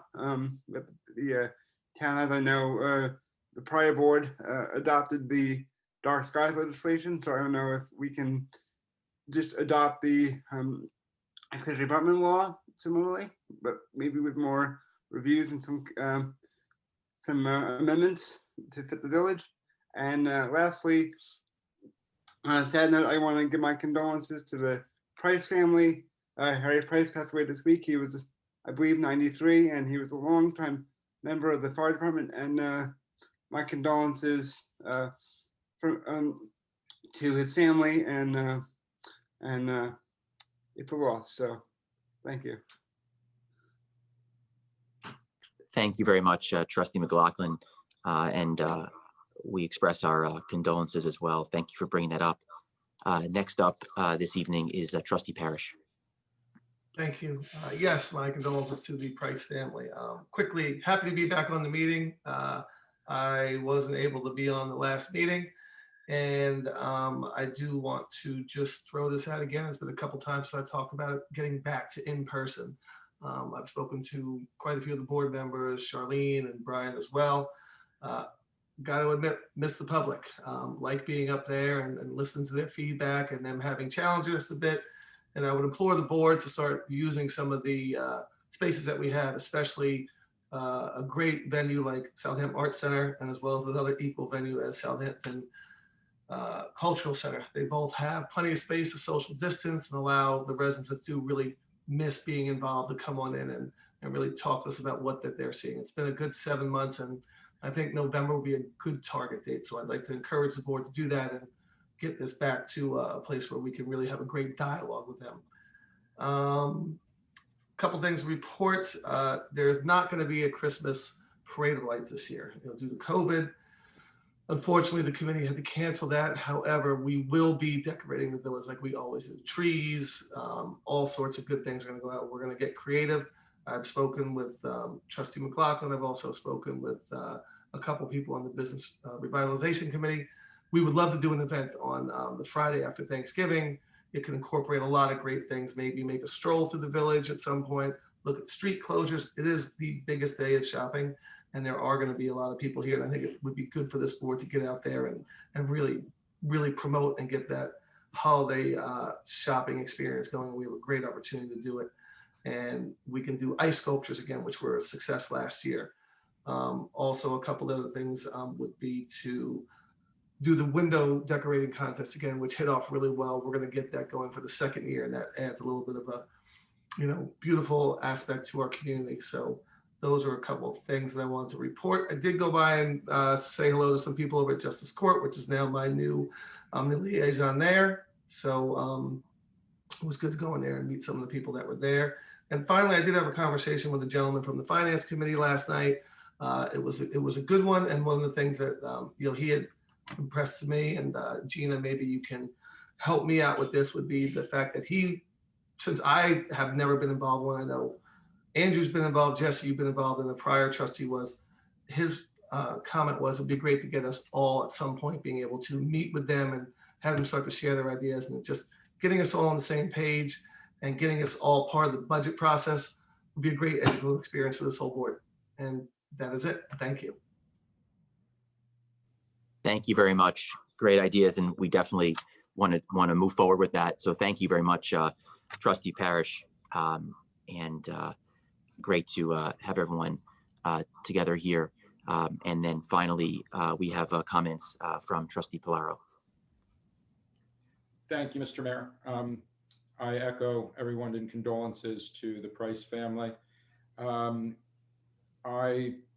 One of the things, and I guess I will learn from a work session, I would have thought there would have been a little bit more talk and learning about what other trustees are doing, because I've been working on a couple of things that I was happy to share, but I will try and get those on the agenda for the next. But as I mentioned earlier in one of my comment periods, the CCA, which allows village residents to select how their energy is brought in to PSE&G for them, is something that I've been working on. And I spoke with the town today, and I would like to hopefully try and get a public hearing for our first meeting. So I will work, Brian, with you and Charlene with you on trying to get that on, so we can understand, because we are going to have to adopt a local law, which the town of Southampton did, and I believe we can mimic theirs, but will allow us to start really going through and seeing if this is what we want to do. The way that it was explained to me, this will be our price of admission, even though it is for free right now. Also, as Trustee McLaughlin stated about an auxiliary apartment, I met with Chris Talbot today to talk to him about the auxiliary apartment overlay, and trying to make that very easier. Again, I think it would be wonderful to get a public hearing scheduled for the first meeting in November, so that we could present to the public and the board, which would be better, whether we just adopt what the town has, or if we change what our local law is, and change the way that it is done from an overlay district more towards a special project permit and stuff. So that was one of the things that our building inspector commented on today. Again, for the next work session, I met with Charlene yesterday to talk about the different committees that we have and put together kind of an org chart on those, and how some of the committees might fall under some of the ones that will be standing committees for the village right now. So I'm going to go back and chat with her, and once we think we've got something, we'll present it to the rest of the board, and then would like to present it at the next, hopefully have it ready for the next work session to present it to the public, and then it could be passed then or at the next meeting in December. I was hoping really that the resolution for Light Tower would have been on this. It was supposed to be on the last meeting, but we needed to try and bring some people along. So hopefully that we will get that. I believe that there's a meeting set up soon. So really hoping that we can get that. I think, again, that's something that is going to be very, very interesting for the village, for us to move forward, to see how we can try and get the sewer district really working for all residents and for the business district as well, to try and do that. Lastly, there was one other thing, and it has escaped my mind. So with that, I hope that everyone will have a very safe and happy Halloween trick-or-treating near home, with all the goblins and ghosts that will be there. Thank you. Thank you very much, Trustee Polaro. I think it's a great idea, and I think one thing we can do is, instead of the comments from the board members at the end of our work session, we should actually move it right up to the top, and I think we can go in and kind of discuss how things are going across the village, and we each can present ideas in the next work session. So I think we can probably move the comments and maybe actually call them just discussion items from board members, just to kind of change things a little bit. And I think that'd be very helpful. So love that idea. I have quite a bit to review, but I'll try to make it quick, as our meeting was a bit on the longer side. First piece of good news, but it's only temporary good news. I spoke to the hospital today. We have no new COVID hospital cases in Southampton Hospital, and we haven't had any COVID admissions for about the last week or so. But again, we're only as good as our past numbers. So just encourage everybody to continue the best practices and stay safe. And also, we were expecting a rapid testing machine, which I think is key for our ability to contain COVID. As soon as we get rapid testing, we'll be able to basically isolate anybody who might acquire COVID. So that's critical. We were hoping that machine would come in at the end of August, but given that there's cases across the country, there's been a bit of a demand for that. Our machine probably was moved to a state with higher COVID cases, but it's coming, and I'm very optimistic for when we receive it, because that will really help Southampton Village and really the whole East End for that matter. Secondly, just wanted to thank Bill McCoy. We reappointed him tonight. He's been a great addition to our team. Always a great attitude, great mindset, great guy to have around, and we really like him, and we're happy that he's with us for a little bit more, another year, and hopefully many more to come. Also wanted to thank Linda Gesford, who served on our ethics board, and former village employee. So just wanted to extend a thank you to Linda as well. We really appreciate all your work, and we're only as good as our employees, as Trustee Parrish likes to say, and I agree with that. So thank you, Linda. Also spoke to Dr. Zahn at Southampton High School.